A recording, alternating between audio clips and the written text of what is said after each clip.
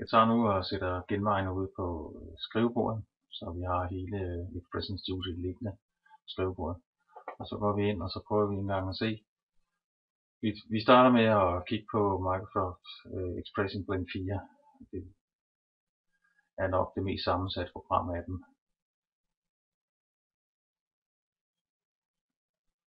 Og så åbner vi som et nyt projekt. Og så bruger vi Silverlight Application plus en webside. Og så prøver vi lige at kigge på værktøjskassen og de muligheder, der er forbundet med det.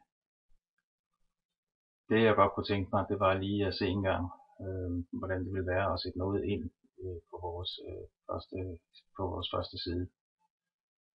Og jeg kunne tænke mig at sætte en kalender ind, men ellers kan man jo se, at der er en masse muligheder for, at man lige kan trække ind på selve editoren.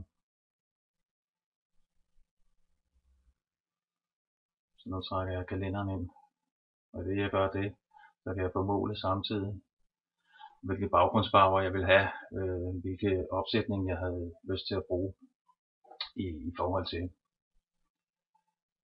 Det gør det noget nemmere, når man bruger editoren, frem for at man skal ind og skrive selve koden.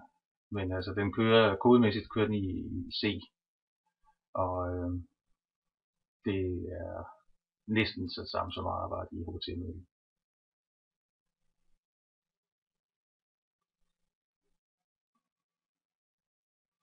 Det der også er fordelen med det, det er, at når vi så laver et provide på den, så kan vi se umiddelbart, hvordan den fungerer.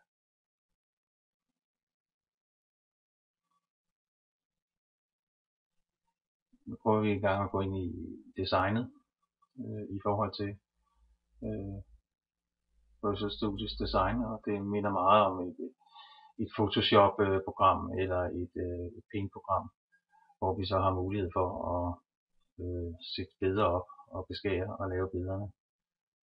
Og selvfølgelig er det samme type af kodning, der kører gennemgående i hele Visual Studio, så det passer udmærket. Fordelen med det her, det er, at man faktisk kan sætte billeder og streger hen over hinanden, og man har nogle udgangspunkter, man kan redigere på. Og det er altså en kæmpe fordel, hvis man skal lægge et billede eller en skrivning eller en streg helt præcis. Man kan se de røde mærker, der har vi, kan man så sige, nogle fastholdelsespunkter på selve stregen. Og det gør det altså helt unikt.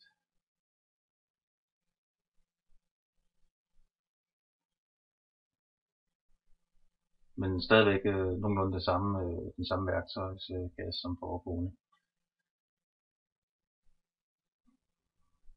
Og så går vi ind på encoderen, og der er selvfølgelig mulighed for at lave en screen capture, og der er mulighed for med webcam og med lyd, og indtale direkte på kan man så sige, på selve siden, og optage til selve siden.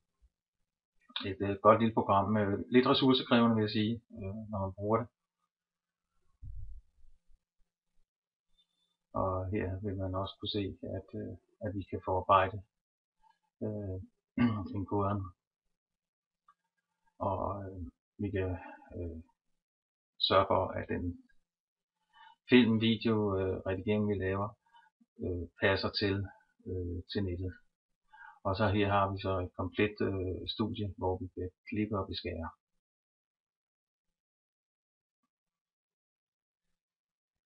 Og så har vi Expression SuperProvide. Der kan vi se alle vores sider, hvad vi har lavet. Vi kan gå ind og flytte rundt på dem. Vi kan åbne dem hver enkelt side og se, hvordan det står i forhold til de andre sider.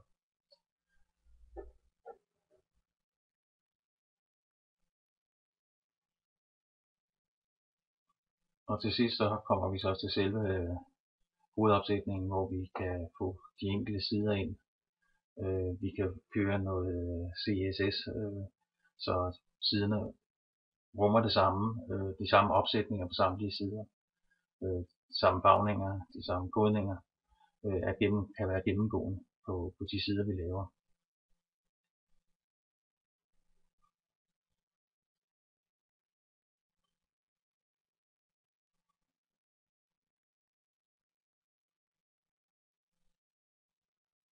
Så det var Express Intuition.